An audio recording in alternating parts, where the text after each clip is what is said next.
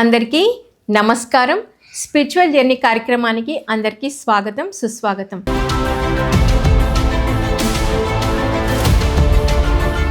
Spiritual జర్నీలో ఈరోజు మనతో పాటు ఉన్నారు వనస్థలిపురంకి చెందిన పులి రామ్మోహన్ గారి దంపతులు. వారి యొక్క ఆధ్యాత్మిక ప్రయాణం ఎలా మొదలైంది, పిఎస్ఎస్ఎం మూవ్మెంట్లో వాళ్ళు ఏమేం కార్యక్రమాలు చేశారు మొదలైన విషయాలన్నీ వారి ద్వారానే స్వయంగా తెలుసుకుందాం. నమస్తే. నమస్తే మేడం. సార్, ముందుగా మీ బాల్యము, విద్యాభ్యాసము, తల్లిదండ్రులు, వివాహము, పిల్లలు. ముందుగా ధ్యాన జగద్గురు బ్రహ్మర్షి పితామహ పత్రిజీ గురూజీకి, అమ్మ స్వర్ణమాల పత్రి మేడంకి శిరస్సు వంచి ఆత్మ ప్రణామాలు. అలానే పరిణితి పత్రి, పరిమళ పత్రి, సదానంద దేవ్ గురూజీకి అందరికీ కూడా హృదయపూర్వక ఆత్మ ప్రణామాలు. మరి నా పేరు పులి రామ్మోహన్ రావు అండి. మాది వాస్తవంగా కృష్ణా జిల్లా ఉయ్యూరు దగ్గర మాది ఒక చిన్న పల్లెటూరు అండి, దూలిపుడిపాలెం. నాకు జన్మనిచ్చిన తల్లిదండ్రులు నా దైవాలు, ప్రత్యక్ష దైవాలు. మా తండ్రి గారి పేరు పులి వెంకటేశ్వరరావు, మా అమ్మగారి పేరు పులి రాములమ్మ అండి. మేము నలుగురు అన్నదమ్ములు, నేను మూడో వాడిని. మాకు నలుగురు అన్నదమ్ముల తర్వాత మాకు ఒక సిస్టరు, ఇద్దరు అన్నదమ్ములు ఊర్లో వ్యవసాయం చేస్తూ ఉంటారు. నేను నాలుగు మా బ్రదర్ వచ్చేసి హైదరాబాదు మౌలాలీలో ఉంటారండి. ఇద్దరు అన్నలు ప్లస్ మా చెల్లి బావగారు కూడా ఊర్లో ఉంటారండి, వాళ్ళ కుటుంబ సభ్యులు. మేము ఇంకా ఇద్దరు బ్రదర్స్ హైదరాబాద్లో ఉంటాము. మరి మేము చదువుకున్నదంతా కూడా మా విలేజ్లో 5వ తరగతి వరకు చదువుకున్న మా పల్లెటూరులో. ఆ తర్వాత మా పక్కన గ్రామంలో మేడూరు గ్రామ పంచాయతీలో Zilla Parishad high school up to 10th class వరకు చదివానండి. ఆ తర్వాత నేను మళ్ళీ 10th క్లాస్ ఎగ్జామ్ రోజే మా మదర్ బాడీ వేకేట్ చేయడం జరిగింది. అయినప్పుడు కూడా ఆ రోజు ఎగ్జామ్ రాశాను. అంటే సైన్స్లో 1 మార్కులో పోయింది. మళ్ళీ సప్లిమెంట్ రాశాను, పాస్ అయ్యాను. మా ఫాదర్కు ఇట్లా మా యొక్క కుటుంబ విషయాలు తెలిసిన వాళ్ళు, మా వెల్ విషర్స్ ఏం చెప్పారంటే, అరే వెంకటేశ్వర్లు, వాళ్ళకి మన మామూలుగా ఇంటర్మీడియట్లో లేకుంటే డిగ్రీ కాలేజీలు ఇటువంటివి చేర్పిస్తే వాళ్ళకి ఆ సర్టిఫికేట్లు వస్తాయి కానీ ఉపయోగం లేదు. వాళ్ళకి ఏదైనా టెక్నికల్ సైడ్కి వెళ్తే వాళ్ళకి ఏదైనా ఉద్యోగాలు వస్తాయి, వాళ్ళ జీవితాలు వాళ్ళు జీవిస్తారు. కాబట్టి ఏదన్నా ఐటీఐ కానీ పాలిటెక్నిక్ కానీ ఏదైనా వస్తే ట్రై చేసి ఆటలు చేర్పిస్తే బాగుంటుందని మాకు సంబంధించిన బంధువు పులి శ్రీరంగం గారని మంటాల్లో ఉంటారండి. వారు చెప్పడం వలన ఇట్లా చెప్పారయ్యే పలానా బాబాయ్ అంటే సరే అని చెప్పేసి మేము విజయవాడ వెళ్ళి ఐటీఐ గురించి ప్రయత్నం చేశాము. అక్కడ విజయవాడలో ఒక ఐటీఐలో మాకు సీట్లు ఇవ్వడానికి ఒక ఆయన ఒప్పుకున్నారు. మరి ఆ టైంలో మేము వాస్తవంగా చదువుకోవాలంటే మాకు చాలా ఆర్థికంగా కష్టమైన పరిస్థితి అండి. మా మదర్ కూడా ఎట్లా అయిందంటే బాడీ వేకేట్ చేయడం, ఒక మండే ఈవినింగు కడుపుల నొప్పి అని చెప్పేసి ఉయ్యూరు హాస్పిటల్ అడ్మిట్ చేశాము. ట్యూస్డే మార్నింగ్ కల్లా బాడీ వేకేట్ అయిపోయింది. అంటే విత్ ఇన్ 1 వీక్లో బాడీ వేకేట్ చేశారు. అసలు వాస్తవంగా హెల్త్ ప్రాబ్లం ఏముంది కూడా తెలియదు. అప్పుడు మేము నలుగురు బ్రదర్స్, సిస్టర్ కూడా ఇంట్లో ఎవరికి మ్యారేజ్ కాలేదు. అటువంటి సందర్భంలో మరి నేను 10th క్లాస్ ఫెయిల్డ్. తర్వాత మరి 10th క్లాస్ కంప్లీట్ చేయటం, తర్వాత వెల్విషర్ ఇచ్చినటువంటి అడ్వైస్ ప్రకారంగా విజయవాడలో ఐటీఐ చదువుదామనే ఉద్దేశంతో ఇద్దరు వ్యవసాయం చేసుకోండి, ఎక్కువ వ్యవసాయం లేదు మనకి, మనం ఒక మిడిల్ ఫ్యామిలీ, మరి అందరూ హ్యాపీగా ఉండాలంటే మీరిద్దరు చదువుకుని అయ్యా మీ పొట్టతిప్పులు మీరు పడండి, చేసుకోవటానికి ఐటీఐ చదివితే బెటర్ అని చెప్పేసి అన్న సలహాతోటి మళ్ళీ మేము విజయవాడలో ఐటీఐలో ఒక ఆయన సీట్లు ఇస్తానన్నది ఆయన సంప్రదించిన తర్వాత మరి మాకు 2 years చదువుకోవడానికి ఆర్థికంగా మాకు కొంచెం ఇబ్బందులు ఉన్నాయి. కాబట్టి దీనికి ఎవరు సహకరిస్తారని చెప్పేసి మా పక్క గ్రామంలో ఒక ఆయన వైస్ ఛాన్సలర్, ఒక ఆయన పోపూరు నాగభూషణ్ గారు అని ఉన్నారండి. ఆయన వ్యాపారం చిల్లర కొట్లు ఇవి నడుపుతూ ఉంటారు. ఇవన్నీ ఆయన దగ్గరికి నేను మా ఫాదర్ వెళ్ళి, ఆయన మాకు బాగా తెలిసిన వ్యక్తి, అయ్యా ఇట్లా సంగతి, మరి పిల్లల్ని చదివించాలనుకుంటున్నాను, 2 సంవత్సరాలు చదవాలంటున్నారు, నెలకు కనీసం అంటే అప్పుడులో 80 అండి 1980లో, మరి నెలకు దగ్గర ఒక 1000 రూపాయలు ఖర్చు వస్తుంది, మరి వాళ్ళకి ఫీజులు ఇంత కట్టాలా, మరి మీరు ఏదైనా సహకరిస్తానంటే నా పిల్లల్ని చేర్పిస్తాను, చదివిపిస్తాను, మరి మీరు దీనికి సహకరిస్తానంటే మేము తీర్చగలుగుతాము, అప్పు తీర్చగలిగితే తీరుస్తాము పంట డబ్బులు వచ్చినప్పుడు, లేదంటే పొలం మీ పేరుని రిజిస్ట్రేషన్ చేస్తామంటే, సరే వెంకటేశ్వర్లు ముందు ఏదో ఒకటి తర్వాత సంగతి తర్వాత చూడొచ్చు, ముందు పిల్లల్ని చదివిపించు, నాకు ఈ ఒక అదృష్టం అని చెప్పేసి ఆయన వెంటనే యాక్సెప్ట్ చేశారండి. అలానే మాకు 2 years కూడా మాకు ఆర్థికంగా ఆయన ఒక ఆపద్బాంధువు లెక్క, మాకు చాలా ఇప్పుడు కూడా నేను వారిని ఎట్లా చూస్తానంటే ఒక తల్లి తండ్రి, మాకు ఇంకా ఆపద్బాంధువు కాబట్టి నేను ఒక తల్లిదండ్రిగా నేను భావించి వెళ్ళినప్పుడల్లా వాళ్ళిద్దరూ ఉన్నారండి. ఇప్పుడు వెళ్ళినప్పుడల్లా బాబాయ్ గారు పిన్ని గారు ఎలా ఉన్నారని చెప్పి వాళ్ళ కాళ్ళకి నమస్కరించి వస్తానండి. ఎందుకంటే వాళ్ళు మాకు అప్పుగా ఇచ్చారు, టైంలో ఇవ్వటం అనేది మాకు చాలా ఉపయోగపడింది. ఈవేళ మేము ఇక్కడ హైదరాబాద్లో ఇవాళ మీ ముందు కూర్చుని కూడా ఇలా మాట్లాడుతున్నాము. నేను నా కుటుంబం కూడా ఒక పర్మనెంట్ అడ్రస్, ఈవేళ ఉన్నతంగా సంతృప్తిగా హాయిగా జీవించి ఉన్నామంటే ఒక విధంగా మాకు జన్మనిచ్చిన తల్లిదండ్రులు కాకుండా ఆ టైంలో ఆయన ఆపద్బాంధువుగా ఉన్నాడు కాబట్టి వాళ్ళని కూడా నేను ఈ రోజు వరకు మర్చిపోను మేడం. నాకు అట్లా మా జీవితం, మా కుటుంబంలో ఎప్పుడు ఎవరు మాకు మేలు చేసినా కూడా నేను ఈ రోజు వరకు ఎవరిని మర్చిపోను. ఆ కృతజ్ఞత అనేది మాకు పుట్టినప్పటి నుంచి మాకు అదొక అలవాటు అయిపోయింది. అంటే మా మదర్ ఉన్నప్పుడు ఒక మాట చెప్పేది, మనం ఎవరిని ఒక మాట అనకూడదు, అనిపించుకోకూడదు. ఎవరైనా మనకు ఒక అట్టు పెట్టారంటే మనం వాళ్ళకి అట్టున్నర పెట్టాలి, అప్పు ఉండకూడదు. మనం కులాలు గోత్రాలు మన కూడి పెట్టవు. అంటే కులం తక్కువడైనా గుణం కలవాడు వాళ్ళు స్నేహం చేయాలనైనా మంచి వాళ్ళు స్నేహం చేయండి, మనం ఎవరితో మాట అనిపించుకోకూడదని ఇటువంటి వాక్యాలు చెప్తూ ఉండేవాళ్ళు. అవన్నీ మాకు మైండ్లో ఎట్లా అయిపోయిందంటే మేడం, అవి ఒక మర్రి విత్తనాలు లెక్క అయిపోయినాయి. ఆ యొక్క సంస్కారం, ఆ మాటల ప్రభావం ఇప్పుడు వరకు కూడా మేము దాన్ని ఎప్పుడు కూడా మనన చేసుకుంటూ మనం ఎలా ఉన్నాము, ఎలా ఉండాలి, మేము ఎంత కష్టపడి ఇక్కడ చదువుకుని వచ్చిన తర్వాత మరి హైదరాబాద్ వచ్చిన తర్వాత మాకు సఫిషియెంట్ ఉద్యోగాలు లేవు. ఒక సందర్భంలో మా బ్రదర్ ఐటీఐ ఫిట్టర్ చేసినాడు, నేను ఐటీఐ డ్రాఫ్ట్స్మెన్ సివిల్ చేశాను.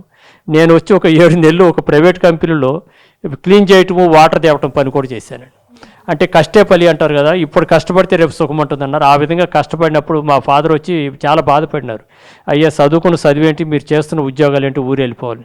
లేదు నాన్న, ఏదో ఒక రోజు మీరు చదివించిన చదువుకు మేము ఇక్కడ ఉద్యోగాలు సంపాదిస్తాము, మేము ఇంకా ఆ ఊరు వచ్చి తిరిగి ప్రయాణం క్వశ్చనే లేదు, మళ్ళీ ఎప్పుడన్నా వస్తే మేము హ్యాపీగా మీరు అందరూ ఎలా ఉండారని చెప్పి చూడటానికి వస్తాం తప్పక ఇక్కడ మేము బ్రతకలేక మళ్ళీ మేము ఊరు వచ్చామనే ముచ్చటే లేదు.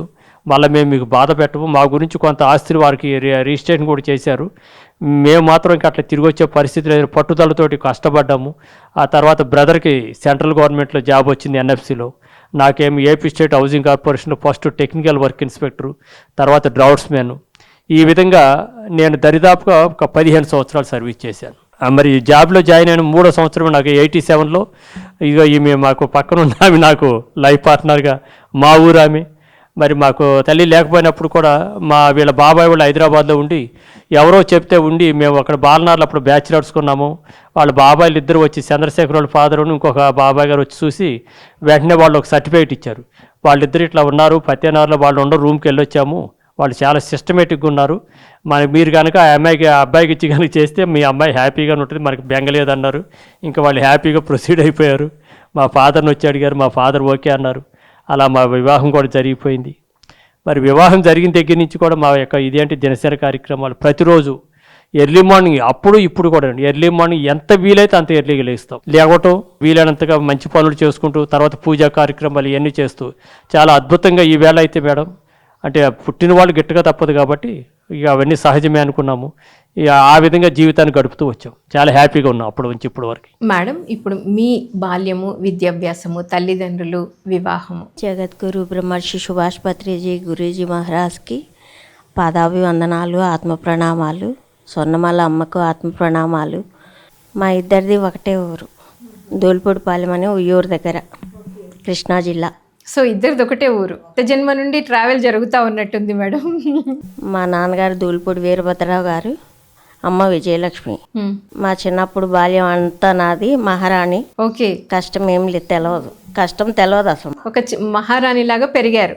చదువు 8th క్లాస్ వరకు మేడూరులో చదివాను. 9th 10th ఇక్కడే లయోలా మోడల్ హై స్కూల్లో చదివాను. ఓకే, హైదరాబాద్లో. 10th తర్వాత ఈయనతో వివాహం. 10th క్లాస్లోనే పెళ్ళయింది. 10th అయిపోయినాక మాకిద్దరు పాపలు. చిన్న ఆమెకి పెద్ద ఆమెకి 14 years గ్యాప్. పెద్ద ఆమె రమ్య, చిన్న ఆమె షర్మిల. ఓకే. ఇద్దరు ధ్యానం చేస్తారు. చిన్న ఆమె అయితే ఎక్కువ ధ్యానం చేస్తుంది. సో మరి ఇందాక సార్ చెప్పారు ఎన్నో పూజలు అలా చేస్తూ వచ్చి ఒక చక్కటి లైఫ్ లీడ్ చేస్తూ ఉన్నారు. మీరు అంత హ్యాపీగా ఉన్న మీరు మరి ఈ ధ్యాన మార్గంలోకి ఎందుకు రాబట్టి? పూజలు ఇవి బాగానే ఉన్నాయి, వచ్చే కష్టాలు వస్తూనే ఉన్నాయి. అనుకోకుండా పెద్ద కష్టం వచ్చి పడింది, అయినా పూజల్లోనే ఉన్నాం. ఎందుకు వచ్చిందో తెలియదు, కానీ అవి కర్మలు అని కూడా తెలియదు అసలు. ఓకే. అసలే అల్లారు ముద్దుగా పెరిగారు, కష్టం తట్టుకోలేరు అసలు. అది ఇక బయట ప్రపంచం చూడొద్దు అన్నట్టు ఉందన్నమాట మాకు. ఇంకా బయటికి వెళ్ళొద్దు మనం ఇంతే ఇక అన్నట్టు బాధ. ఏ చిన్న కష్టం వచ్చినా తట్టుకునే ఇది లేదు. ఈ పూజల్లోనే ఉంటే ఇట్లా ధ్యానం అని చంద్రశేఖర్ రావడం వల్ల, ఆయన పుణ్యం వల్ల ఈయన వెళ్ళడం, ఈయన వెళ్ళినాక ఇంకా మాకు ఛాన్స్ ఉండదు. ఫస్ట్ సార్కి ధ్యానం పరిచయం అయింది. ధ్యానం పరిచయం అయింది ఆయనకి, ఇంకా మాకు ఛాన్స్ ఉండదు. ధ్యానము రావాలి, ఇగో మాస్టర్స్ వస్తున్నారు, టిఫిన్స్ చేయాలి. చేస్తావా కాదు, చెయ్యాలి. అంటే సార్ కూడా ధ్యానం నేర్చుకుని ఇంటికి వచ్చి నువ్వు ధ్యానం చెయ్యి, అంతే, చేస్తావా అనలేదు, చెయ్యు అన్న. చెయ్యి క్లాస్ ఉంది, ఈరోజు రేపు క్లాస్ ఉంది, వెళ్తున్నాం మనం, అంతే. పిల్లలకి కూడా చెప్పు, అందరం వెళ్ళేవాళ్ళం. అంత కుటుంబ సమేతంగా ధ్యానానికి వెళ్ళాలి. సో మరి అలా ధ్యానం మీకు పరిచయం అయింది మేడం, మీ హస్బెండ్ ద్వారా మీకు ధ్యానం పరిచయం అయింది. అలా మీరు ఎన్ని గంటలు సాధన చేసేవాళ్ళు? మీరు అన్నారు కొన్ని సమస్యల వల్ల నేను ధ్యానంలోకి వచ్చాను, ఆ సమస్యలు తొలగిపోవడం ప్రారంభమయ్యాయి. అవి తొలిపోవడం, ఇక దాన్ని మైండ్లోంచి తీసేసాం. సాధన చేసుకుంటున్నాం, ఎంత వీలైతే అంత, ఎన్ని గంటలు అంటే అన్ని గంటలు, పొద్దున పూట రాత్రిపూట, ఇది కంపల్సరీ. ధ్యానం అనేది ఇక కంపల్సరీ అయిపోయింది. దానివల్ల ఏంటంటే మనం ధ్యానంలోకి వచ్చినాక, పిరమిడ్ కట్టినాక క్లాసులు స్టార్ట్ అయినాయి. ఆ క్లాసులు స్టార్ట్ అయితే అమ్మ క్లాసు అనగానే మా అమ్మ తమ్ముడు వాళ్ళు బంజారా హిల్స్లో ఉండేవాళ్ళు. మేమిద్దరం, మేము ముగ్గురం, సిస్టరు తమ్ముడు బంజారా హిల్స్లో ఉండేవాడు, చెల్లి హైతనార్లో ఉండేది. అరే చిన్న క్లాస్ అంటారా అంటే అది వచ్చేసేది, అమ్మ వచ్చేసేది 2 రోజుల ముందు. సో వాళ్ళు మెడిటేటర్స్ కాకపోయినా మీ ఇన్విటేషన్ కి వాళ్ళు వచ్చేవారు. అందరం ధ్యానం ఒకసారే. ఓకే, మీ అక్క చెల్లెళ్ళు, మీ అమ్మ నాన్న అందరూ ఒకటేసారి ధ్యానం. మాకన్నా ముందు మా తమ్ముడు ధ్యాని. ఓకే. అయితే రామకృష్ణ మఠం వాళ్ళు ధ్యానం నేర్పించారు ఆయనకి. ఓకే. ఇట్లా ప్రచారం ఆయనకి తెలియదు. ఆయన జర్నీ వేరు. అంటే అంత ఏమంటారు దాన్ని, బయట అందరికి హెల్ప్ చేయటం, బోర్లు వేయించటం,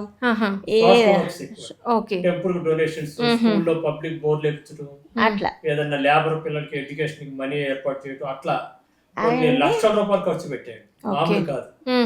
ఆయన జర్నీ అట్లా. మాది మాత్రం ఇద్దరు ఒకటేసారి వచ్చారు తోడళ్ళు. ఇక నలుగురు, వాళ్ళ నలుగురు, మేము నలుగురు మొత్తం క్లాసులకి వెళ్ళిపోయేవాళ్ళం. విశ్వామిత్రలో క్లాసులు ఎన్నో జరిగినాయి, ఎన్నో వారాలు. ఇక అలవాటు అయిపోయింది మాకు ధ్యానం అంటే, ఇక మా జీవితంలో భాగం అయిపోయింది. మొత్తం ఏంటంటే ఇంకా ధ్యానం చేయకపోతే టిఫిన్ లేదు, భోజనం లేదు. అలా నిర్ణయం కూడా తీసుకున్నాం. ఇక దాని తర్వాతే ఇంకా ఏదైనా. ఎందుకంటే ఈ క్లాసులు పెట్టడం వల్ల జ్ఞానం తీసుకోవడం ఏమో మాకు తెలియదు, వచ్చిన వాళ్ళకి ఎంత తృప్తిగా భోజనం పెట్టాం. ఆ భోజనంతో పాటు ఈ భోజనం కూడా చేయటంలో ఆనందం ఫస్ట్ నుంచి మాకు జనాలు రావటం అలవాటు. పెద్ద కుటుంబం కాబట్టి అది ఉంది. అది అమ్మ ఏంటంటే బాబాయ్ వాళ్ళు, పిన్ని వాళ్ళు, అత్తమ్మ వాళ్ళు అందరూ నెలల తరబడి హాలిడేస్కి వచ్చినా ఏమొచ్చినా ఆమె అలవాటు, ఆమె చేయడం పెట్టడం అంతా. ఇది వాళ్ళది పెద్ద కుటుంబం, ఇంకా దానివల్ల అలవాటు అయిపోయింది. ఈ తృప్తి ధ్యానంలోకి వచ్చినాక, క్లాసులు పెట్టడం మొదలుపెట్టినాక, మేము పని చేయడం మొదలుపెట్టినాక, అంతకుముందు అసలు నేనేం పని చేయలేను అనుకునేదాన్ని. అనుకుని వీళ్ళు కూడా అట్లాగే చూసేవాళ్ళు. అప్పుడు కూడా ఏమీ తెలిసేది కాదు నాకు బాధ. క్లాస్ పెట్టినా 100 మంది వచ్చినా 150 మంది వచ్చినా వాళ్ళు తిని వెళ్ళిపోతే అదొక సంతోషం. అంటే అంతమందికి వంట చేస్తున్నా కూడా మీరు ఎప్పుడూ కష్టం అనిపించలేదు, అలసిపోలేదు. ఇప్పుడు కూడా క్లాస్ పెట్టినా, సాయంత్రం పూట పెట్టినా, పొద్దున పూట పెట్టినా ఆ ఎనర్జీలో ఏంటో తిరిగేస్తాం చక్కగా. Okay madam. మరి ఇప్పుడు సార్ మీరు చక్కగా మీరు ధ్యానంలోకి వచ్చారు, మీ ద్వారా మీ కుటుంబం మొత్తాన్ని ధ్యానము శాకాహారిగా తయారు చేసుకున్నారు. సో మొట్టమొదటిగా అసలు మరి నేను నేర్చుకున్నాను, నా కుటుంబం ధ్యానంలోకి వచ్చింది, లోక కళ్యాణంలో భాగంగా ఒక సేవ చేద్దామని మీకు ఎప్పుడు అనిపించింది? ఆ సేవ ఏంటి మేడం? దీంట్లో అంటే అసలు మెడిటేషన్ పవర్ ఏంటనేది నాకు వచ్చి రాగానే అనుభవం పొందాను. 3 రోజుల్లోనే అంతకుముందు మైగ్రేన్స్ అన్నీ పోయినాయి. సో ఇక దీన్ని వదిలిపెట్టకూడదు, ధ్యానం చేయని రోజు ఉండకూడదు. ధ్యానం చేయని రోజు ఇప్పుడు మా మిస్సెస్ చెప్పినట్టుగా ఏది తినకూడదు, తాకూడదు. ఈ నియమ నిబంధనలు మాకు ఎంతోమంది సీనియర్ మాస్టర్లు వచ్చి మాకు అనేక రకాల మెసేజ్లు ఇస్తూ ఉంటాడు. తటవర్తి వీర్రావు గారు, మేడం గారు కానీ, మన ప్రేమనాథ్ సార్ కానీ, మారం గారు, నిర్మలా గారు, ఆల్ మాస్టర్స్ అందరూ వచ్చేవాడు. అప్పుడు ఒక పండగ వాతావరణం ఉండేది మాకు. సో వాళ్ళందరూ చెప్పిన మేము ప్రాక్టికల్ ఇంప్లిమెంట్ చేసుకున్నాం. అట్లా అప్పుడు నేను జాబ్ చేస్తున్నప్పుడు మేడం, నాకు 2000లో రావాల్సిన ప్రమోషను రాలేదు. అంటే నాతో పాలంగా ఇంకా దగ్గర 74 మెంబర్స్ ఉన్నారు డిపార్ట్మెంట్లో. అంటే మాకు ఇవ్వాలి. అయితే ఏంటంటే దానిలో మాకు రూల్స్ అండ్ రెగ్యులేషన్స్ లేవు. గవర్నమెంట్ రూల్స్ ప్రకారంగా అదర్ డిపార్ట్మెంట్లో ఉన్నాయి. దాన్ని మాకు ఇక్కడ చేయాలంటే దానికి అమెండ్మెంట్ లేదు. మేము చేయమని చెప్పి మా వాళ్ళు కాలక్షేపం చేస్తూ ఉన్నారు. నేను ధ్యానంలోకి వచ్చిన తర్వాత ఎట్టి పరిస్థితిలో, అప్పుడు నేను ఇక్కడ స్టేట్ హెడ్ క్వార్టర్లో ఉండేవాడిని. అప్పుడు మాకు కంబైన్డ్ స్టేట్ ఉన్నప్పుడు మొత్తం 23 జిల్లాల్లో మొత్తం కలిపి 74 మెంబర్స్ ఎంప్లాయీస్ ఉన్నాం. అంటే నా క్యాడర్ డ్రాఫ్ట్స్మెన్ క్యాడర్. డ్రాఫ్ట్స్మెన్ నుంచి ఏఈకి పోస్టులు ఇవ్వట్లేదు. నేను అప్పుడు ఒక మీటింగ్ పెట్టి, బాబు మనం ఇట్లా చేస్తే లాభం లేదు, ఏదో ఒకటి గట్టిగా ఫైట్ చేయాలని చెప్పేసి అంటే, అన్న నువ్వు హెడ్ క్వార్టర్లో ఉంటావు, యాజ్ యు ఆర్ ప్రెసిడెంట్, నీకు నువ్వు చెప్పిన మాటకు మేము ఏదంటే అది అంగీకరిస్తామన్నారు. ఇంకొక అతను మా ఫ్రెండ్ సాయి గౌడ్ అని మెదక్ ఆయన సెక్రటరీగా పెట్టుకున్నాను. అది పెట్టుకున్న 1 ఇయర్లో మా సర్వీస్ రూల్స్ లేనివన్నీ కూడా దాన్ని బోర్డు మీటింగ్లో పెట్టించి అప్రూవ్ చేయించేసి, మాకు ఎప్పుడో లాంగ్ బ్యాక్ నుంచి కూడా వితౌట్ మానిటరీ బెనిఫిట్ ఇంప్లిమెంట్ చేయాలని చెప్పేసి అని మా ప్రిన్సిపల్ సెక్రటరీ అప్పుడు దానం గారు అని చెప్పి ఐఏఎస్ గారు ఉండేవాళ్ళు. వారు మా యొక్క బాధలు విని, సార్ ఇట్లా సంగతి అదర్ డిపార్ట్మెంట్లో ఉన్న రూల్స్ను మా దగ్గర చేయడానికి రూల్స్ లేవని, మమ్మల్ని సఫర్ చేయటం, మా లైఫ్ లేకుండా చేయటం కరెక్ట్ అని సార్ అంటే ఆయన అవగాహన చేసుకుని ఆయన నిస్వార్థంగా యాక్సెప్ట్ చేసి జీవో ఇష్యూ చేశారు. అంటే ఆ యొక్క మెడిటేషన్ పవరు, నేను అక్కడికి వెళ్ళినప్పుడు ఆ స్పెషల్ సెక్రటరీ దానం గారు ఒకటే మాట చెప్పారు, అరే బాబు నీ తిరుగుడికి నేను చూడలేకపోతున్నా అని చెప్పేసరి వెంటనే అక్కడ సెక్షన్ ఆఫీసర్ని వాళ్ళని పిలిచి డిప్యూటీ సెక్రటరీని ఇమ్మీడియట్ ఫైల్ పుటప్ చేయండి, వాళ్ళకి పాజిటివ్గా రావాలి, మళ్ళీ మీరు కొర్రీలు పెట్టొద్దు అని చెప్పి వార్నింగ్ ఇచ్చారు. అట్లా జీవో 3 జీవోలు ఇచ్చారండి. అమెండ్మెంట్ రూల్స్కి ఒక జీవో, వీళ్ళ సోర్స్ ఇయర్ నుంచి గ్రేడ్ 3 నుంచి గ్రేడ్ 2, గ్రేడ్ నుంచి 1 అని చెప్పేసి అట్లా జీవోలు ఇస్తూ ఒక 3 జీవోలు విత్ ఇన్ 3 డేస్లో ఇష్యూ చేశారు. అంటే దాని వలన 74 మెంబర్స్కి అది ఇంప్లిమెంట్ జరిగింది. అప్పుడు మాకు మేనేజింగ్ డైరెక్టర్గా ఒక ఐఏఎస్ ఆఫీసర్ రాణి కుమితిని గారు అని ఉండేవాళ్ళు. వాడికి నేను ఎట్లా అంటే ఒక ఓన్ బ్రదర్ అండి. వాళ్ళకి బంజారా హిల్స్ రోడ్ నెంబర్లో 4లో వాళ్ళకి ఇల్లు ఉంది. వాళ్ళ ఫాదర్ సిటీ పోలీస్ కమిషనర్. దాని వాస్తు మీద నాకు ఒక ఐడియా ఉంది, రామ్మోహన్ రావు మా ఇల్లు వాస్తు మార్పులు చేయాలని చెప్పాను. నేను అవన్నీ చేపించాను. అట్లా నాకు ఎట్లా అంటే ఒక సిస్టర్ లెక్క తయారైపోయింది. ప్లస్ నేను ఈ అప్లికేషన్ ప్రిన్సిపల్ సెక్రటరీ దగ్గరికి వెళ్ళటం ఇవన్నీ చేపించడం ఎట్లా అంటే మేడం, నా యొక్క మెడిటేషన్ పవర్ అనేది అందరికీ ఉపయోగపడింది. సో ఇది పత్రిజీ గురూజీ గారి యొక్క అంటే దయ, వారి బ్లెస్సింగ్, వారి ఎనర్జీ, వారి పవర్ అని నేను ఇప్పుడు కూడా నేను అంటే ప్రతి విషయంలో మేడం నాకు అంటే నా పర్సనల్ లైఫే కాదు, ఈవెన్ నా యొక్క ఎంప్లాయ్మెంట్ విషయంలో కానీ, ఈవెన్ నా లైఫ్లో కానీ, నా కుటుంబ సభ్యుల విషయంలో కానీ, ఈవెన్ నా గ్రామస్తులకు సంబంధించిన ఏదైనా విషయంలో ఏదైనా ఒక గ్రామానికి ఒక మంచి పని చేయాలని ఒక మంచి ఆలోచన చేశాను అనుకోండి, ఏదనుకుంటే అది జరిగిపోతుంది. అది ఎట్లా అంటే ఒక చిన్న ఎగ్జాంపుల్ చెప్తాను మేడం. మాది ఒక చిన్న పల్లెటూరు అని చెప్పాను కదా, ఒక రామాలయం ఉంది. రామాలయం దగ్గర ముందు ఒక 30 ఫీట్ల బాట ఉంది. ఆ బాటని అందరూ ఆక్యుపై చేసేసి మనుషులు తిరగటానికి ప్లేస్ లేకుండా చేస్తే ఊరు వాళ్ళందరూ దాన్ని ఎవరు పట్టించుకోవట్లేదు. ఆక్యుపై చేసుకున్న వాళ్ళు చెప్తే ఎవరు నా మాట వినలేదు. వెంటనే నేను దాన్ని ఎంఆర్ఓ కంప్లైంట్ చేసి ఇమీడియట్గా జేసీబీని పెట్టి అవన్నీ తీపిచ్చి క్లియర్ చేయించేసాను. మా ఊరు వాళ్ళందరూ ఆశ్చర్యపోయారు, అరే ఏంటయ్యా రామ్మోహన్ నువ్వు ఎలా చేయవు, మీ అందరికీ హ్యాపీగా తిరగాలి, గుడి చుట్టూ ప్రదక్షిణ చేయాలంటే మీకు ఇబ్బంది అయిపోతుంది, నాకు కొన్ని డబ్బులు ఖర్చు అయినాయి, పర్వాలేదు మీరు దీన్ని మళ్ళీ కాపాడుకోవాలా. అది ఎలా సాధ్యపడింది? వీడి దగ్గర ఊరు వాళ్ళందరూ అనుకుంటారు వీడి దగ్గర ఏదో పవర్స్ ఉన్నాయి. ఎందుకు అలా అనుకుంటారంటే మేడం, ఇక్కడ ఒక ఇది ఉంది. నేను ఈ మెడిటేషన్లో వచ్చిన దగ్గర నుంచి మా ప్రాపర్ విలేజ్లో కనీసం అంటే ఒక 10-15 క్లాసులు చేశానండి. అప్పుడు వాళ్ళందరూ అనుకునేవాళ్ళు వీడు ఊర్లో ఉండకపోయినా కూడా ధ్యానం నేర్చుకుని అందరూ బాగుండాలని చక్కగా క్లాసులు చేస్తుంటే ఇవన్నీ వాడు ఎవరి కోసం చేస్తున్నాడు నిస్వార్థంగా, వాడి దగ్గర ఏదో సంథింగ్ శక్తులు ఉన్నాయి అని చెప్పి అందరూ అనుకునేవాళ్ళు. కానీ ధ్యానం కూడా చేస్తూ ఉన్నారు కానీ కొత్తప్పుడు మానేశారు మేడం. ఇదంతా కూడా గురువుగారు మాయ బ్లెస్సింగ్. సో మేడం ఇప్పుడు మీరు ధ్యాన జగత్ ఆఫీస్కి దగ్గరలో ఉండేవాళ్ళని చెప్పారు. సో మరి మన ధ్యాన జగత్ మ్యాగజైన్ గురించి అసలు ఆ వర్క్ ఎలా జరిగేది, అప్పుడు పత్రి సార్ ఎన్ని డేస్ ఉండేవాళ్ళు?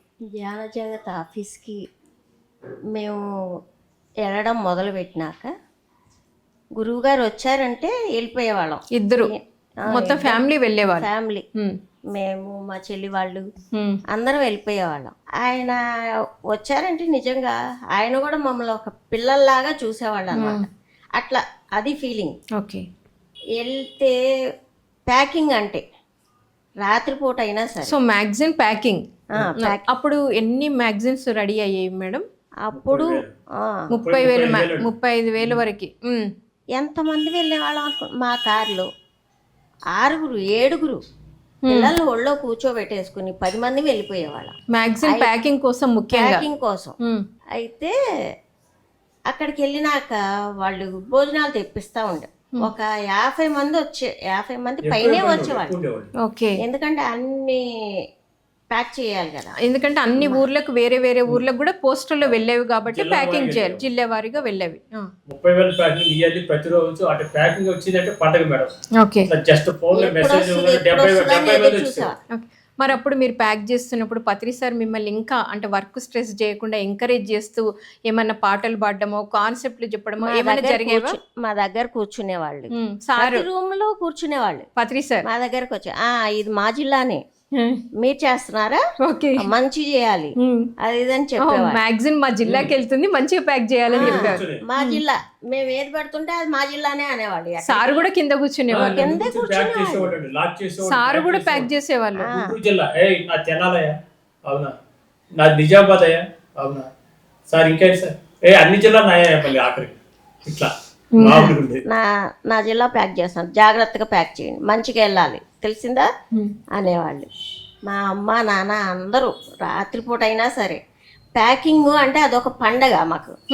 ఎప్పుడు ఫోన్ చేస్తారా అని ఎదురు చూసేవాళ్ళం. మీరే ప్రతి నెల ఎదురు చూసేవాళ్ళం. బుక్ ఎప్పుడు వస్తుందా అని మెట్ల మీద కూర్చుని ఎదురు చూసేవాళ్ళం ఆ బుక్ కోసం. అయితే తర్వాత వాళ్ళు తెప్పించడం చూసి మన అందరం ఏదో ఒకటి చేసుకుని వెళ్దాము, తక్కువైతే అప్పుడు వాళ్ళు చూసుకుంటారా అనుకునేవాళ్ళు. ఏదో ఒకటి ఫ్రైడ్ రైస్, పులిహోర, ఏదో ఒకటి. సో మీరు అక్కడికి వస్తున్న వాళ్ళందరికీ కావాల్సిన వెరైటీస్ అన్ని మీరే ఇంట్లో వండి స్వయంగా తీసుకెళ్ళేవాళ్ళు, కార్లో పెట్టేసుకుని తీసుకెళ్ళిపోయేవాళ్ళు. వేరే ఇంకా కొంతమంది మాస్టర్లు కూడా మేము ఒక ఐటమ్ తీసుకొస్తామంటే మేము ఒక కర్రీ, ఒక పప్పు, ఒక సాంబార్, ఇట్లా ఒకళ్ళు కరుడని, ఒకళ్ళు అరటిపళ్ళు అని అందరూ షేర్ చేసుకున్నాం. సో వసుదైక కుటుంబం లాగా అందరూ కలిసి భోజనం చేసి మళ్ళీ ప్యాకింగ్ పని చేసేవాళ్ళు. అక్కడ ఏమో ₹1 ఖర్చు కావద్దు, మన ధ్యానానంద పేస్ ఆఫీస్ నుంచి మనమే తీసుకెళ్తాం, ఏమైతే మనం అందరం కుటుంబం లెక్క తిందామని చెప్పి అట్లా అదొక పండగ. సో అలా ఎన్ని గంటలు ప్యాక్ చేసేవాళ్ళు మేడం? 5-6 గంటలు ఈజీగా పట్టేది. అంత 70-80 మంది కూడా 5-6 గంటలు 9ంటికి వెళ్ళామనుకోండి, 4-5 కూడా అయిపోయేది.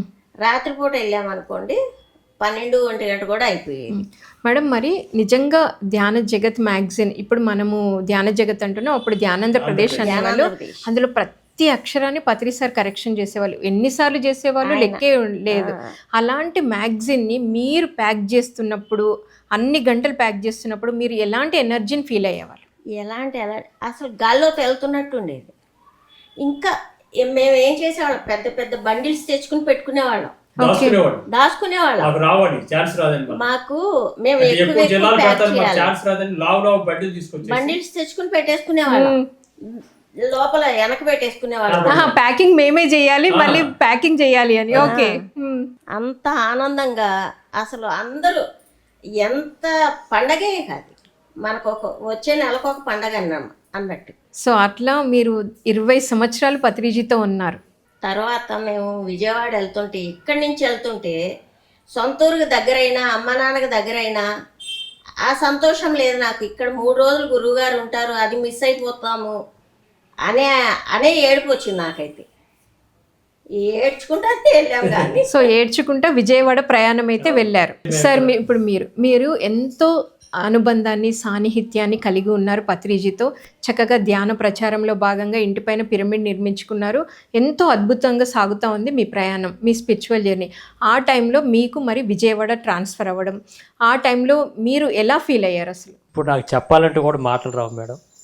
ఎందుకంటే గురూజీ గారితో ఉండేటువంటి సన్నిహితము, వారికి 2 కుమార్తెలు కానీ ఆయనకు 3, నేను ఆయనకు ఒక కొడుకు లాంటి వాడు. ఓకే, నన్ను అంత ఇదిగా ప్రేమతోటి ఇంటికి కూడా పిలిచి, రామ్మోహన్ రావు ఒకసారి ఇంటికి వెళ్ళరా అని చెప్పేవాడు. అంటే ఆ స్వతంత్రము, అంటే ఆ అదృష్టం నాకు ఎలా వచ్చిందంటే మాటలతో చెప్పలేదు. ఇంటికి వెళ్ళరా అంటే నాకు అర్థమైపోయేది. అక్కడికి వెళ్ళి అమ్మగారి దగ్గరికి వెళ్ళి, అమ్మ ఏంటమ్మా అంటే ఇట్లా సంగతి రామ్మోహన్ అని, ఇంకా అవన్నీ నేను చక్క పెట్టుకుని వచ్చేవాడు. అది ఒక అదృష్టం వాడు. అంటే గురువు గారు నాకు అంత, వారి హృదయంలో నాకు అంత స్థానం ఉంది. పరిచయం అయిన దగ్గర నుంచి ఆయన సిటీలో ఉన్నన్ని రోజులు ఎప్పుడు సేవ చేసుకుంటూ ఉండేవాడిని. అనివార్య కారణాల వల్ల, తప్పనిసరి పరిస్థితుల్లో నేను ఆ కృష్ణా జిల్లాలో పుట్టడం వల్ల, నువ్వు ఆంధ్ర తెలంగాణ బైఫ్రికేషన్లో నువ్వు బై బర్త్ చదువుకున్న సర్టిఫికేట్లు అక్కడ ఉన్నాయి కాబట్టి నువ్వు ఆంధ్రాకి వెళ్ళిపోవాలని చెప్పి పంపిస్తున్నప్పుడు గురువుగారు చెప్తే, రామ్మోహన్ రావు ఓకే నేను వస్తూ ఉంటాను, కలుస్తూ ఉంటాను, నువ్వు ప్రొసీడ్ అన్నారు. మేము ఇక్కడ అద్భుతంగా ర్యాలీ చేసుకున్నాము, 300 మంది వచ్చారు, ఇక్కడ భోజనాలు పెట్టాము. దరిదాపుగా అంటే ఎట్లా అంటే మాకు ఎంత బాధ కలిగిందంటే అందరూ ఏడ్చేశారు చిన్నపిల్ల లెక్క. మీరు ఇక్కడి నుంచి వెళ్ళిపోతే మాకు దిక్కేవారు. ఇప్పుడు వరకు ఇంత ర్యాలీలు ఇవన్నీ చేస్తుంటే, ఈ బంధం శాఖాహార ర్యాలీ చేసిన అందరినీ పిలిచి అదొక, ఈ కుటుంబం వేరు, ఇప్పుడు మన కుటుంబం వేరైపోయింది.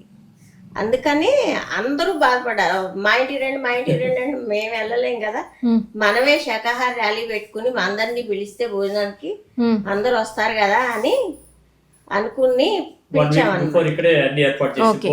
సో వాళ్ళందరూ వచ్చి మీకు సెండ్ ఆఫ్ ఇచ్చారు. Okay, temporary send off. Send off ఇవ్వటమే కాదండి, పిల్లలు ఏడ్చినట్టు ఏడ్చేశారు. ఓకే, కౌగిలించుకుని మామూలుగా నిజంగా చెప్పలేను అసలు. ఆ అనుభూతి లాంగ్ లైఫ్ మర్చిపోలేను.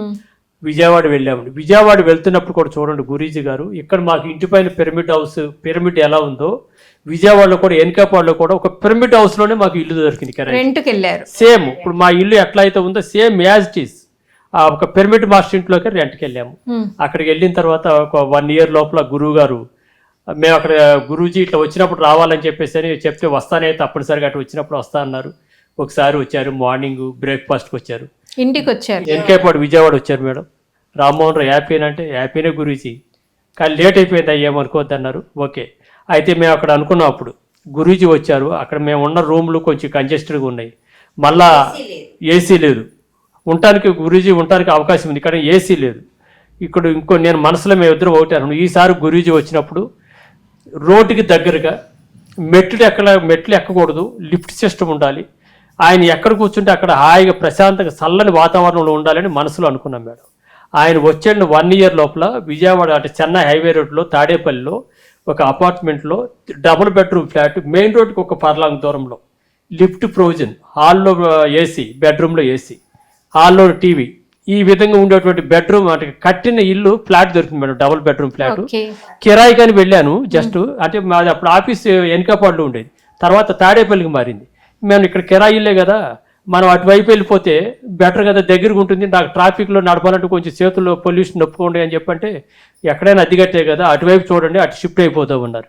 చూడండి ఎలా మెరాకిల్ జరుగుతుంది. తాడేపల్లి ఆఫీస్లో మేము 2 నెలలు చేసిన తర్వాత అక్కడ ఒక మీడియేటర్ని పట్టుకుని, నేను ఇక్కడ ఆఫీస్ ఇక్కడ ఉంది బాబు మాది, శివ, ఆయన పేరు శివ అండి, మీడియేటర్, రియల్ ఎస్టేట్ పర్సన్, నేను ఒకటి అద్దెకి ఇల్లు కావాలి బాబు అంటే, సరే సార్ తిప్పుతాను సార్ అని, మంచి జెన్యూన్ పర్సన్ అని చెప్పేసి అటు తిప్పుకుంటూ వస్తుంటే, మేము ఇప్పుడు ఏదైతే కొన్నామో ఆ ఇంటి ఓనరు గోల్డ్ ప్రిపరేషన్ చేస్తారన్నమాట, గోల్డ్ స్మిత్ ఆయన మంచి ఇంటీరియర్ అండి, ఒక పర్ ఎస్ఎఫ్టీ 1000 పెట్టి ఇంటీరియర్ వర్క్ చేయించారు. సో ఆయన చూశాడు ఈ శివ నా ఏమిటో వచ్చిన ఆయన, మేము జస్ట్ చూసాము, అక్కడ దొరకలేదు, వెళ్ళిపోతుంటే ఆయన ఫోన్ చేశాడు వెళ్ళే దారిలో. ఫోన్ చేస్తే ఏంటి సార్ అంటే, ఫోన్ చేశారంటే ఏంటి శివ ఇటు వచ్చి వెళ్తారు ఏంటంటే, సార్ ఇట్లా ఇల్లు కావాలని వచ్చారు, హౌసింగ్ డిపార్ట్మెంట్లో చేస్తారు, దాని గురించి తిరుగుతున్నాం సార్, ఒకసారి ఇట్లా వస్తావా అంటే వస్తానని చెప్పన్నాడు. సరే రండి సార్ ఒకసారి ఇట్లా వెళ్ళేసి వద్దాం అన్నాడు. ఆయన పైకి రమ్మన్నా నేను కిందే ఉన్నాను. పైకి వెళ్ళిన తర్వాత ఆయన ఇంట్లో పిలిచి, నేను ఇది డబుల్ బెడ్రూమ్ పోర్షన్ అమ్మేద్దారు అనుకుంటున్నాను, నాకు 3 అబ్బాయిలు, 3 bedroom పోర్షన్ కావాలి, మా ఆఫీస్ ఒకటి కన్స్ట్రక్షన్ చేస్తాను కేఎన్ఆర్ ప్రాజెక్ట్స్ అని, నేను అక్కడ ఆల్రెడీ అడ్వాన్స్ ఇచ్చేసాను, ఇది అమ్మేసుకుని దాంట్లోకి వెళ్ళిపోతాను, ఎవరైనా మంచి పార్టీ ఉంటే చెప్పు అన్నారు. కిందకు వచ్చాడు, రామ్మోహన్ ఇలా అన్నారు అన్నాడు. ఓకే సార్ చూడొచ్చా అంటే మళ్ళీ ఫోన్ చేశాడు ఆయన, ఎందుకంటే ఆయన చాలా సిస్టమేటిక్ పర్సన్, రండి వచ్చి చూడండి అన్నాడు. వెళ్ళి చూశాను మేడం, అంతే, బాగుంది, అద్భుతంగా ఉంది, ఇట్లా అన్ని లైట్లు వేస్తే ఎట్లా ఉందంటే అద్భుతంగా ఉంది, వాస్తవంగా అంత ఇంటీరియర్ వర్క్ ఉంది, హాల్లో కానీ డైనింగ్ కానీ కిచెన్ కానీ 2 bedroomలు అన్ని ఏసీలు బ్రహ్మాండంగా ఉన్నాయి, 3 ACలు ఉన్నాయి, లిఫ్ట్ ఉంది, మెయిన్ రోడ్ దగ్గర ఉంది, వాస్తు ప్రకారంగా నార్త్ ఫేసింగ్ ఉంది, ఇంతకంటే అదృష్టమా మన బడ్జెట్లో దొరుకుతుంది అని ఆ మనసులో అనుకుని, ఎంత సార్ అన్నాను. 48 lakhs అండి, ₹1 తగ్గను, కొంచెం ఏమైనా తగ్గనట్టు, నేను ఎవరికి మీరు వెళ్ళిపోయి బయటకు అన్నాడు. వీళ్ళు ఊర్లో ఉన్నారండి. ఇమ్మీడియట్గా నేను తీసుకెళ్ళి అతనితో మాట్లాడాను, ఏం చేద్దామంటే, సార్ బెటర్ మీరు తీసుకోవాలంటే ఎంతో కొంత అడ్వాన్స్ ఇచ్చేస్తే బెటర్ సార్ అంటే, అంతకుముందు ఎవరో వచ్చి వెళ్ళారండి వైజాగ్ వాళ్ళు, సో వాళ్ళు ఎవరో సాయంత్రం వచ్చి అడ్వాన్స్ ఇస్తామని చెప్పన్నారంట, ఆ మాట కూడా చెప్పాడు. మళ్ళీ ఇట్లాంటి దొరకదని నాకు మనసులో అనిపించి, ఏం చేద్దాం శివ అంటే, మీ ఎంత ఉంటే అంత ఇచ్చాండి, వెతికితే జేబులో 21,000 ఇచ్చేసి వైట్ పేపర్ మీద రాసుకున్నాను. అంటే ఇది ఎంత మెరాకిల్ జరిగిందో చూడండి.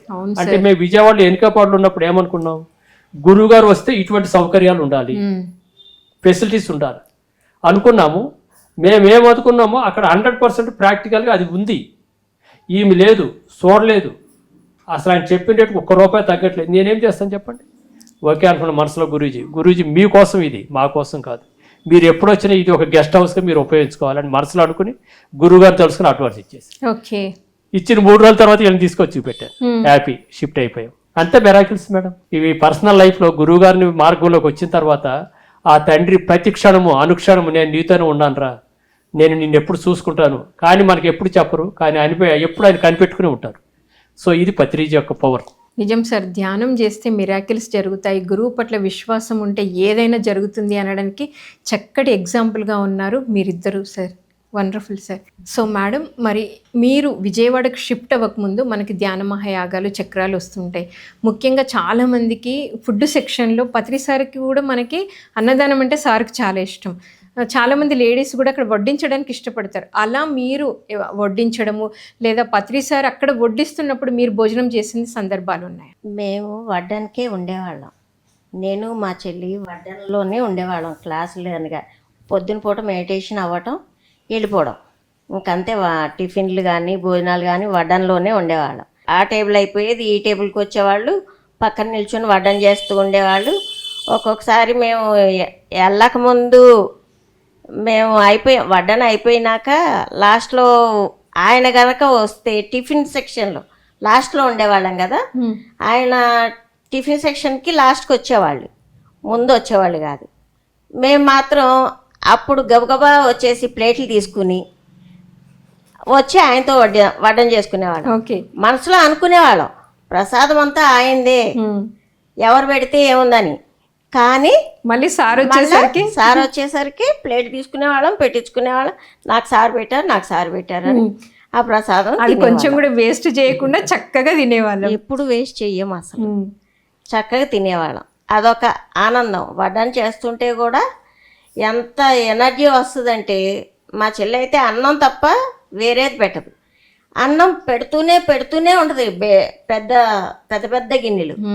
నేను మాత్రం చిన్న చిన్నగా కూరలు కానీ చట్నీ కానీ ఇది మాత్రం నేను చేస్తాను. ఓకే.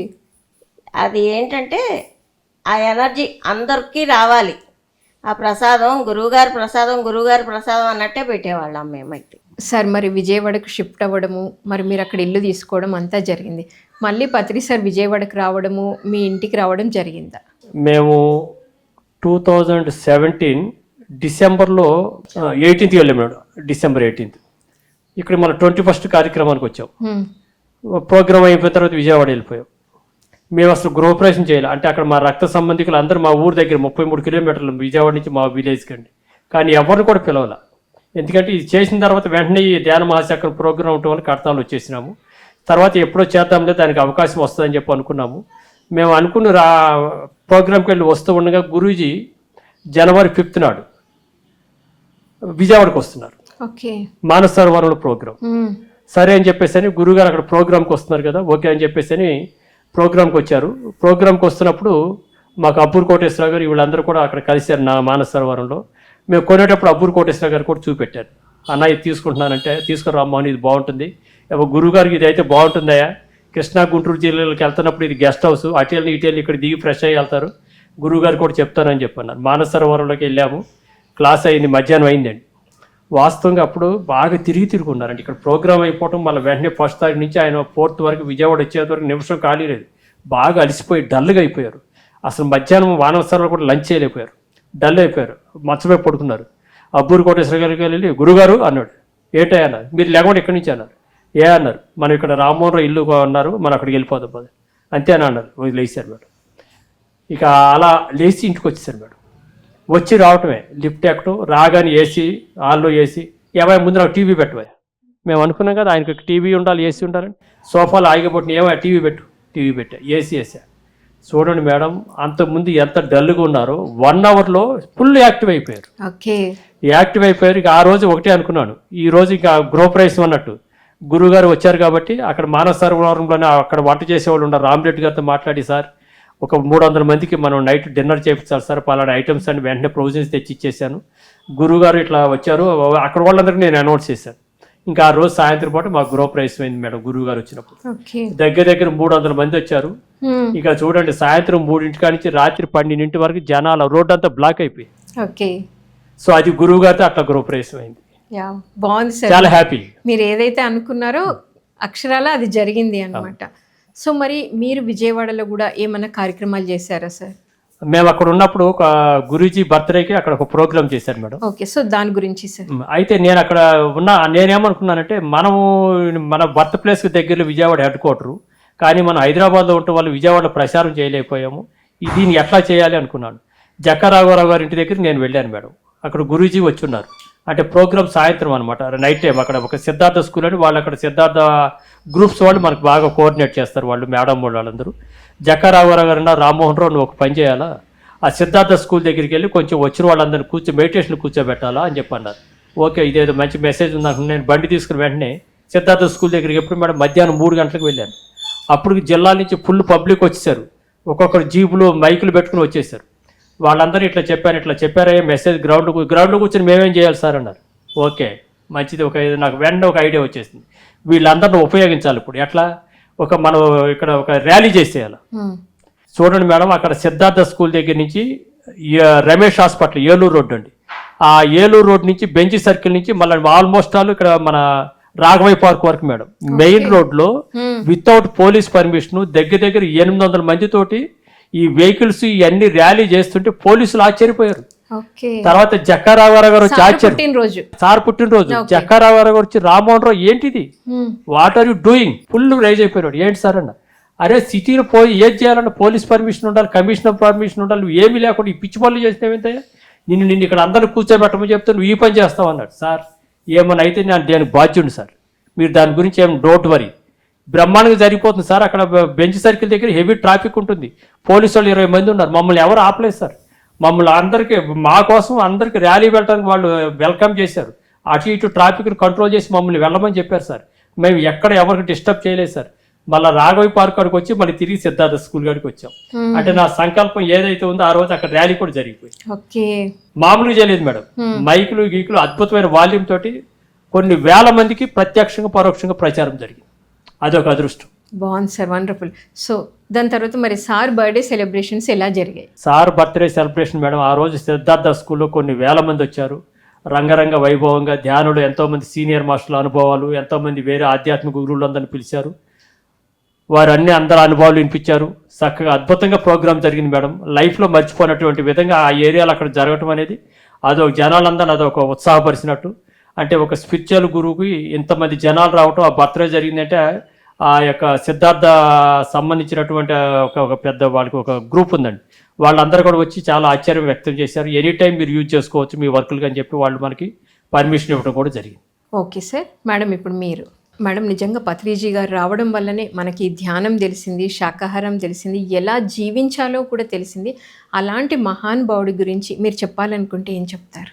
మేము షష్ఠిపూర్తికి వెళ్ళాం. మేము వచ్చాం ధ్యానం కొత్త, తిరుపతి షష్ఠిపూర్తికి వెళ్ళాం. ఆ తిరుపతికి సార్ పత్రి సార్ షష్ఠిపూర్తికి తిరుపతికి వెళ్ళారు. తిరుపతిలో పద్మావతి కళ్యాణంలో జరిగింది. అయితే మాకు రిజర్వేషన్ లేదు, అకామిడేషన్ లేదు, కానీ దానికి కూడా మిరాకిల్స్ అన్నమాట. వెళ్తే టికెట్స్ దొరికినాయి. మళ్ళీ అక్కడికి వెళ్తే అకామిడేషన్ మాకు జీవీరావు గారు అని ఉన్నారు, వాళ్ళ బావగారు తిరుపతిలో ఎస్ఐ, వాళ్ళ అకామిడేషన్ చూసి పెట్టారు. అమ్మ నాన్న చెల్లి వాళ్ళు 4, మేము 4 మొత్తం వెళ్ళిపోయి తయారయ్యి పద్మావతి కళ్యాణ మండపంకి వచ్చాం. వస్తే అక్కడ భోజనాలు అయినాక గురువు గారిని భీమాస్ హోటల్ నుంచి కళ్యాణ మండపానికి ర్యాలీలో తీసుకురావాలి. ఓకే. మేము వెళ్ళేటప్పుడు ఎండ. అయితే నేను అనుకున్న తిరుపతిలో చల్లగా ఉంటుంది అన్నారు, ఇంత ఎండ ఉంది ఏంటి అని అనుకుంటా చెమటలతో వెళ్ళాం. అక్కడ ఏసీ హాలు, అందరూ 100 మంది ఉన్నారు. అయితే ఏసీ సరిపోవట్లేదు, బయటకు వస్తే ఎండ. ఇట్లా గురువుగారు మేడంని తీసుకుని జీబ్లో ర్యాలీ అన్నమాట, టాప్లెస్ జీబు ఎక్కారు వీళ్ళు. పత్రి సారు, పత్రి మేడం వీళ్ళంతా టాప్లెస్ జీబ్ లో వెల్కమ్ చేస్తూ తీసుకొస్తున్నారు. అక్కడ స్టార్ట్ అయ్యారు. స్టార్ట్ అయితే అక్కడి నుంచి ఎంత ఎండలో వెళ్ళాం మేము, చెమటలు. అక్కడికి వెళ్ళేసరికి బయటకు వచ్చేసరికి ఆ జీపు మొత్తం మబ్బులు, చల్లగాలి, చినుకులు అంటే చిన్న చిన్న చినుకులు కాదు, పెద్ద పెద్ద చినుకులే పడుతున్నాయి. మనకి అకామిడేషన్ ఏమో దూరం ఉంది, ఇప్పుడు ఇదేమో స్టార్ట్ అయిపోయింది, తడిసిపోతామేమో అని అనుకున్నాను నేను లోపల. అయితే మొత్తం ర్యాలీ మొత్తం వెళ్ళాం, తడుచుకుంటూనే వెళ్ళాం. శరీరం అక్కడికి వెళ్ళేసరికి చీరలు తడవలేదు, ఓకే, చినుకులు పడుతూనే ఉన్నాయి. దేవుడి కళ్యాణానికి దేవతలు వర్షాలు కురిపిస్తారు కదా, అబ్బా. అది ఫస్ట్. ఇది దేవుడి కళ్యాణం అన్న ఫీలింగు అప్పుడు వచ్చింది. 2007 అండి ఎక్స్పీరియన్స్. 2007లో మాకు గురువుగారు మామూలు ఫ్రెండ్, తండ్రి, అంతే తప్ప గురువుగారు భగవంతుడు అని స్టెప్పులుగా తెలుసుకున్నాం మేము. అబ్బా. దేవుడి కళ్యాణాన్ని చూపించారు. అక్కడికి వెళ్ళినాక తీరా చూస్తే బట్టలు తడవలేదు, తడుచుకుంటూనే ఇలా టప్ టప్ మని పడుతున్నాయి, సౌండ్ కూడా వస్తుంది. టప్ టప్ మని పడుతున్నాయి, మనకు స్పృహ లేదు.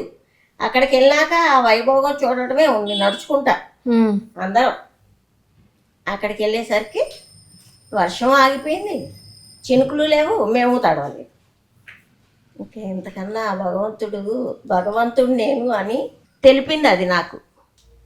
అప్పుడు మీకు ఏమనిపించింది హృదయంలో నుండి? సాక్షాత్తు భగవంతుడితో ఉన్నాము, భగవంతుడు. సీతారాముల కళ్యాణం గుర్తొచ్చింది నాకు. సీతారాములు అంటే ఎవరు? భగవంతుడులేగా అని నా ఫీలింగ్ మాత్రం అది. అయితే గురువుగారు ఇట్లా తడుచుకుంటూ వచ్చాం కదండి, మనం తడవలేదు అని అంటే ఈయన అనుకున్నారంట, అసలు ఈయనలో మహత్యం ఏముందో మనకు తెలియదు, గురువుగారు అని తిరుగుతున్నాం కదా అని ఆయన అనుకున్నారంట. ఓకే. ప్రత్యక్షంగా ఎట్లా చూపించారో మనకి ధ్యాన స్థితి పెరుగుతున్న కొద్దీ అడుగున నేనున్నాను, మీతో నేనున్నాను అని అన్ని మిరాకిల్స్ అన్నమాట, అన్నీ చూపించారు.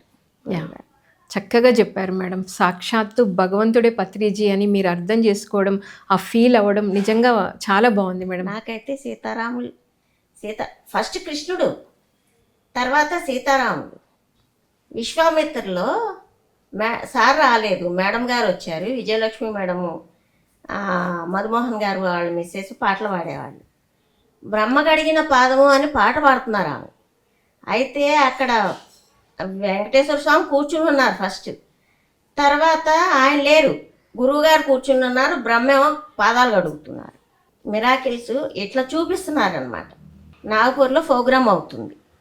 మా మరిది గారు, సాయి కుమార్ రెడ్డి గారు, గురువు గారు, ముగ్గురే. ఈయన అరేంజ్ చేస్తారు ప్రోగ్రామ్స్, ఆయన చూసుకుంటారు, గురువు గారిని ముగ్గురు ఉంటారనమాట. అయితే మా చెల్లికి ఫోన్ చేశారు, ఎప్పుడు వస్తారు జనా అని. ఇంకా 2 రోజులు పడుతుంది అక్క అన్నారు. అంది, మేము మాట్లాడుకున్నాము. ఈయన రాత్రి నైట్ వచ్చినాక తిన్నాక పైకి వెళ్ళి తిరుగుతున్నాం పైన. గురువుగారు వస్తారంట, రేపు నేను ఆఫీస్ నుంచి అటు వెళ్ళి సాయంత్రం లేట్ అవుతుంది అన్నారు. అంటే గురువుగారు రావడం ఏంటి, గురువుగారు ఇంకా 2 రోజులు ప్రోగ్రాంలు ఉన్నాయని చెప్పింది చెల్లి అని నేను చెప్పా. లేదు గురువుగారు వస్తున్నారంట. ఆయన ఎందుకని వస్తున్నారు, ప్రోగ్రాంలు బాగా జరుగుతున్నాయంట, అసలు జనాలు కెక్కిడిసిపోతున్నారంట అని అంటే, వర్షాలంట ఆ ప్రోగ్రాంలకి వెళ్ళడానికి కూడా వీలు లేకుండా, అందుకని వీళ్ళు ఫ్లైట్కి వచ్చేస్తున్నారు అని చెప్పారు. సరే అని అనుకున్నాము. అనుకుని అప్పుడు వర్షాలు లేవు మనకి, ఆగస్టులో రాష్ట్రాలు విడిపోయినాయి. అక్కడ వర్షాలు పడట్లా, ఇక్కడ వర్షాలు పడుతుంది. అవునా, అంత బాగా వర్షాలు పడుతున్నాయి, అయితే గురువుగారు ఇక్కడ కూడా తిరిగితే బాగుండు, మనకు కూడా వర్షాలు పడితే నీళ్ళన్నా తాగుతాం. హైదరాబాద్ లో అనుకున్నారు, హైదరాబాద్ లో గురువు గారు తిరిగితే బాగుండు, వర్షాలు పడితే అనుకున్నారు, ఇద్దరు అనుకున్నారు, పైన వాకింగ్ చేస్తూ అనుకున్నారు, ఇక్కడ కూడా తిరిగితే బాగుండు, తాగడానికన్నా నీళ్ళు కావాలి కదా జనాలకి అని అనుకున్నాం. అయితే వెళ్ళారు ఈయన, గురువుగారు 4:30కి వెళ్ళారు ఆఫీస్ నుంచి అటు జ్ఞానాంధ్రప్రదేశ్కి. జ్ఞానాంధ్రప్రదేశ్లో ఉన్నారంటే ఇక అక్కడే పొద్దున సాయంత్రం తెల్లవారుజామున వెళ్తూనే ఉంటారు సేవ చేసుకోవడానికి. మేము ఏదైతే నార్త్లో టూర్ చేస్తున్నప్పుడు గురువుగారు అక్కడ ఉన్నప్పుడు ఎలా ప్రోగ్రామ్ జరుగుతుంది అని చెప్పి జనార్దన్ ఫోన్ చేస్తే నైట్ టైము ఇట్లా ఫంక్షన్ హాల్లో జరుగుతుంది, ఒక 1000-1200 మంది వచ్చారు, వర్షాలు బాగా పడుతున్నాయి ఇక్కడ అంటే 2 రోజులు సేమ్ ఇన్ఫర్మేషన్ అంటే వేరు ప్రోగ్రామ్ వేరు ప్లేస్లో ఇట్లా జరుగుతున్నాయి, ఇట్లా వర్షాలు పడుతున్నాయి ప్రతిరోజు, కుండపోత వర్షాలు అని చెప్తున్నాడు. అప్పుడు మేమిద్దరం ఎలా అనుకున్నాం, రాష్ట్రాలు విడిపోయినాయి, ఇద్దరు వర్షాలు పడట్లేదు, ఆ మహానుభావులు ఎక్కడ పాదం పెడితే అక్కడ తిరుగుతుంది కాబట్టి ఆ తండ్రి ఇక్కడ కూడా తిరిగితే మనకు కూడా తాగటానికి నీళ్ళకి ఇబ్బంది లేకుండా ఉంటుంది. ఎందుకంటే మనకి ఏదైతే వాటర్ ఉన్న స్టోరేజ్ ఉండాల్సిన ప్లేస్లో అంతా జలపాతం అంతా తగ్గిపోయింది, తాగటానికి నీరు కష్టమైపోతుందని చెప్పేసి మనం మీడియా పేపర్ ద్వారా చూస్తూ ఉన్నాం. ఇక్కడ కూడా తిరిగితే అందరికి మంచి జరుగుతుంది కదా, ఆ తండ్రి తిరగొచ్చు కదా ఇక్కడ అని చెప్పి మేము మనసులో అనుకున్నాం. అనుకున్న మరుసటి రోజే మాకు జనార్దన్ నుంచి ఫోన్ వచ్చింది, మేము ఇవాళ సాయంత్రం 3 గంటలకల్లా మేము హైదరాబాద్కి వచ్చేస్తున్నాం. ఏంటి అంటే అక్కడ సైక్లోన్ ఎఫెక్ట్, మేము తిరగవలసిన రూట్లు అంతా కూడా చెట్లు గిట్లు పడిపోయి బ్లాక్ అయిపోయి వచ్చేస్తున్నాం. ఓకే, సో నేను ఆఫీస్ నుంచి ఎప్పుడు వీలైతే అప్పుడు రావాలి అంటే నాకున్న మెసేజ్ అది అన్నట్టు. గురూజీ ఎక్కడ వస్తాడంటే తిన్నగా డైరెక్ట్ ధ్యాన జగత్ ఆఫీసు శాలివాహన నగర్, దిల్సుఖ్ నగర్. నేను 4:30 ఆ ప్రాంతంలో ఆఫీస్ నుంచి వచ్చేసాను. వచ్చినప్పుడు గురూజీ ఆఫీసులో ఒక్కళ్ళే ఉన్నారండి, ఎవరు లేరు. ఆఫీసులో లోపలికి వెళ్ళగానే ఏమై రామ్మోహన్ ఏడు సంగతులు, అంతా ఓకే గురూజీ అన్నాడు. ఏమైనా ఉంటే చెప్పోయా అన్నారు. ఏం లేదు గురూజీ, అంతా ఓకే, హ్యాపీ గురూజీ అన్నాడు. ఏం లేవా సంగతులు, నేను ఉంటే చెప్పోయా వింటాను. ఏం లేవు గురూజీ, అంతా హ్యాపీ సార్, ఆఫీస్కి వెళ్ళి వచ్చారు సార్ గురూజీ, అంతా హ్యాపీగానే ఉన్నాను. సరేనా అని చెప్పేసి అని అలా సేవ చేస్తూ ఉన్నాను. ఆఫీసులోకి వెళ్ళేటప్పుడు సాయంత్రం 4:30కి వెంటిలేషన్ వాతావరణం నార్మల్గా ఉందండి, అసలు ఏ ప్రాబ్లం లేదు. సో ఆ యొక్క సందర్భంలో ఒక 30 గంట తర్వాత రామ్మోహన్ రావు కొంచెం నిద్రపోతున్నట్టు యాక్షన్ చేశారు. సరే ఓకే, సేవ చేసి నిద్రపోతున్నట్టు యాక్షన్, ఏంటి సార్ అన్నాడు. ఏంటో బయట సౌండ్లు వస్తున్నాయి అన్నారు. బయట సౌండ్లు ఏంటి, నాకే వినిపిస్తుంది. ఏమో సౌండ్లు వస్తున్నాయి, ఒకసారి శబ్దాలు అవుతాయి, ఒకసారి చూడు అన్నారు. గురూజీ రూమ్ డోర్ తీసుకుని బయటకు వచ్చాను హాల్లోకి, పిరమిడ్ మన ఆఫీస్లోకి. ఆ డోర్ తీసి ముందు చూస్తే ఏముంది మేడం, కుండపోత వర్షం అండి. నల్లగా చీకట్లో మబ్బులు కమ్మేసి వర్షం కుమ్మరిచ్చేస్తుంది, దుక్కులు వర్షం పడుతుంది, ఉరుములు మెరుపులు.